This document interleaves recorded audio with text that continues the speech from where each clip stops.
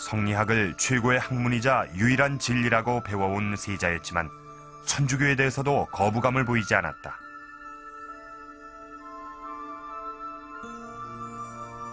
성화를 보면 거룩한 느낌이 든다며 호감을 표시했다.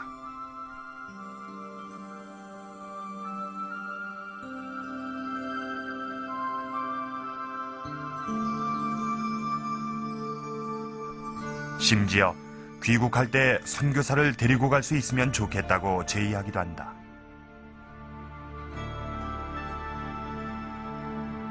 당시 조선사회의 지도적인 이념은 그 주자성리학입니다. 그러나 당시 어떤 주자성리학의 이념이 전란 이후에 상당히 사회적으로 이 발전의 틀을 제시할 수 없었던 것이 일정 부분 증명이 되었습니다. 그렇기 때문에 이 전쟁으로 피폐해진 국가의 경제력 회복이라든가 고통받는 백성들이 생활에 유리하다면 주자성리학 이외에 다양한 학문이나 사상도 포용하고 절충하려는 그런 흐름들이 일정 부분 계속 전개되어 나타납니다. 그래서 이수광이라든가 허경 같은 그런 선구적인 학자도 나타나고 이 소현세자도 바로 그런 인물로 볼 수가 있는 겁니다.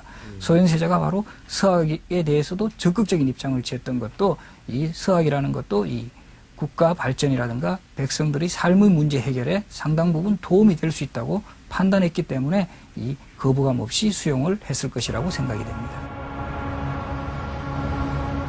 1645년 겨울, 소현세자는 드디어 귀국길에 오른다. 그의 짐꾸러미 속엔 새로운 문물과 조선을 혁신할 원대한 계획이 자리 잡고 있었다.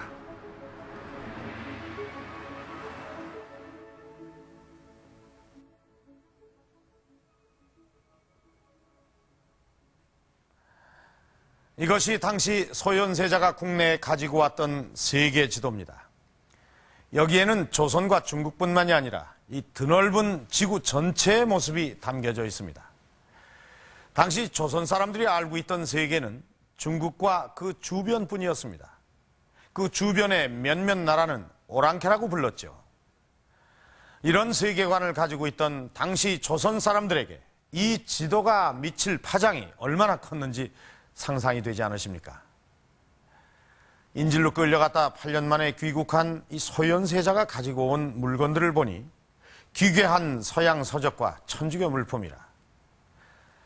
청나라에 대한 입장 차이 때문에 이미 인조의 눈밖에 난 소현세자가 이제는 사악한 학문에 혼까지 팔아버렸다는 그런 판정을 받아야 했을 것입니다.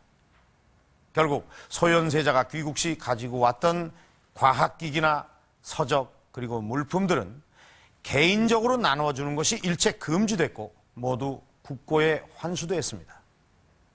조선 사회가 새롭게 발전할 수 있는 이 절호의 기회가 이렇게 사라져버리고 만 것입니다. 그리고 2달 뒤 소현세자는 의문의 죽음을 맞이하게 됩니다. 그것으로 소현세자의 문제는 끝난 것처럼 보였습니다.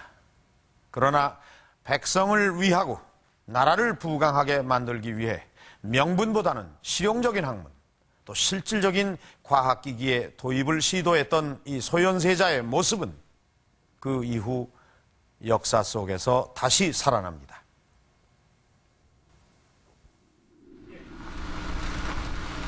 소현세자가 죽은 이후 조선 사회는 점점 더 경직돼 갔다.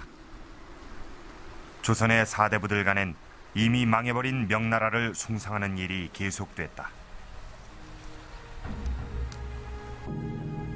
예가 아니면 움직이지 않는다는 뜻의 명나라 황제의 친필 휘호. 그것을 바위에 새겨놓고 진보는 전각을 지어 보존했다. 그것이 예의며 의리라고 믿었다. 환장암에서 100여 미터 떨어진 곳엔 명나라 황제의 신위를 모신 사당도 세웠다. 그들의 제살 모실 사람이 없으니 조선의 사대부들이 대신 해야 한다는 주장이었다.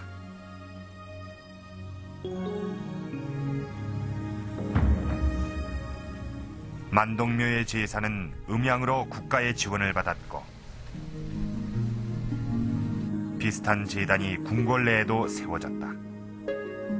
청나라의 눈을 피해 대궐 가장 안쪽 구석에 만들어진 대보단이 그것이었다.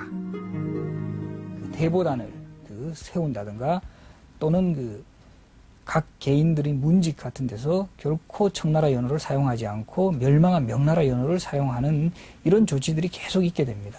이러한 흐름들은 결국 전쟁으로 짓밟혀진 어떤 조선인의 어떤 민족적 자존심이라든가 이런 것들을 지켜나가고 어떻게 보면 전쟁의 후유증을 사상적으로 이렇게 수습하려는 그런 성격을 내포하고 있었습니다.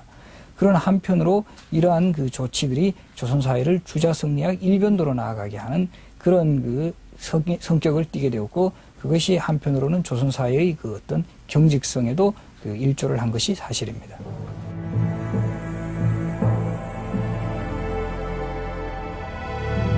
이 시기의 성리학은 조선 초기와는 그 성격이 상당히 달랐다.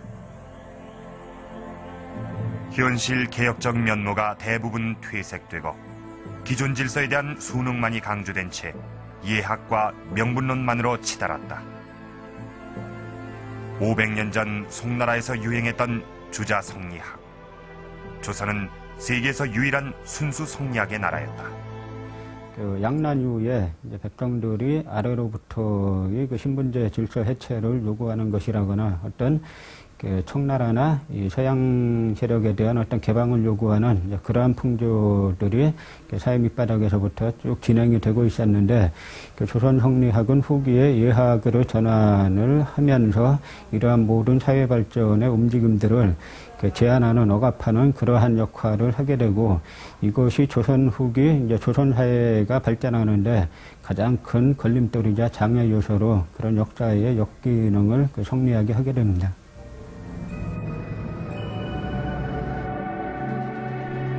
그런 사회 분위기 속에서 소현세자가 들여왔던 책과 물품들은 계속 호조의 창고 속에 깊이 묻혀 있을 수밖에 없었다. 이 책들이 빛을 본 것은 세자 사망 이후 무려 150여 년이 흐른 뒤였다. 역학과 기계장치의 원리를 설명해 놓은 기기도설. 정조는 이 책을 정약용에게 주어 수원성 건설에 활용하게 한다.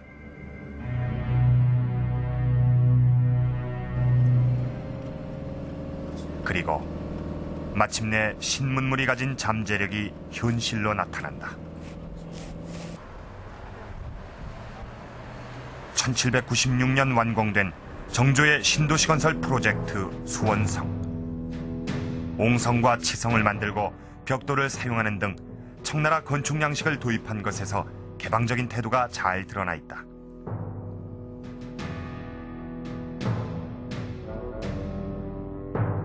성벽 높이 6m, 길이가 약 6km에 달하는 대규모 건축물. 멀리 숙지산에서 그 많은 돌을 날라오고 6m나 쌓아 올리려면 이전에 사용하던 설비론 어림도 없는 일이었다. 정약용은 새로운 기계들을 고안해 대공사를 완성시켰다. 유형고라는 수레를 가지고 그 돌을 이쪽까지 운반을 하게 됩니다. 그 운반한 돌을 지금의 크레인에 해당되는 농로로 거중기 있는 곳까지 옮기게 됩니다. 그래서 큰 돌의 경우는 거중기를 사용해가지고 성을 쌓게 된 것이죠. 이러한 것은 이 성을 쌓는데 원래 계획은 10년이었었는데 34개월로 줄이는 그런 아주 능률적이고 효율적인 그런 힘을